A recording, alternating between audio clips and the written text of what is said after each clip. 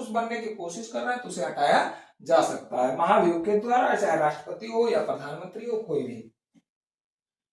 अगर आप बात करें विशेषता के बारे में इसको, तो सीधे रूप से जनता की भागीदारी है, अस्थायी तौर पे सरकार है, अस्थायी सरकार है।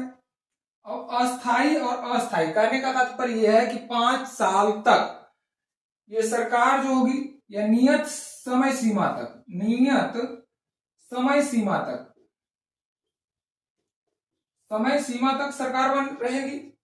जैसे नियत समय सीमा लोकसभा है, लोकसभा का कार्यकाल 5 साल का है। 5 साल के बाद निर्धारित समय जो 5 साल है, 5 साल के बाद चुनाव अनिवार्य रूप से कराया जाता है। और उस चुनाव के बाद जो है सरकार का, अगर जो वर्तमान सरकार है अगर वो पूरा बहुमत पा लेता है तो सरकार जो है उसका परमानेंट चलता है। अगर वो बहुमत नहीं पाता है तो सरकार गिर जाती है और दूसरे लोग का जो है शासन होता है या दूसरा सरकार बनाता है। तो यानी जो किसी भी पार्टी या किसी भी व्यक्ति का जो शासन है वो नियत समय के लिए है, नियत समय सीमा के लिए है।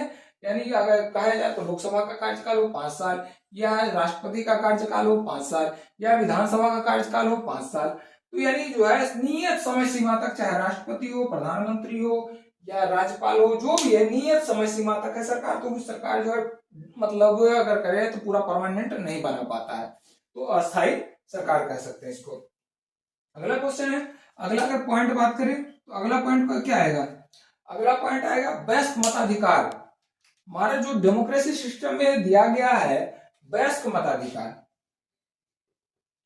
वयस्क मताधिकार, वयस्क मताधिकार यानी वयस्क मताधिकार पर मत देने का अधिकार हर वयस्क नागरिक को है। भारतीय संविधान में के अनुसार मत देने का अधिकार हर वयस्क नागरिक को है। और वयस्क नागरिक, वयस्क मताधिकार यानी इसका जो मत देने का अधिकार है हर वयस्क व्यक्ति को है। और वयस्क का जो अगर कहा जाए तो 18 वर्ष से ऊपर, 18 वर्ष से ऊपर वाले व्यक्ति जो है वयस्क कहलाएंगे।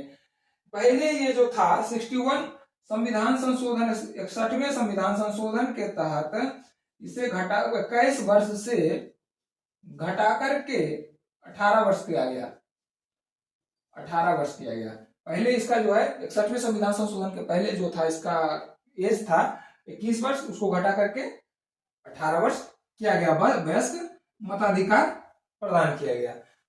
अगला बात करें तो परिवारवाद की समाप्ति। हालांकि जो है यह वंशानुगत की समाप्ति इसको कह सकते हैं।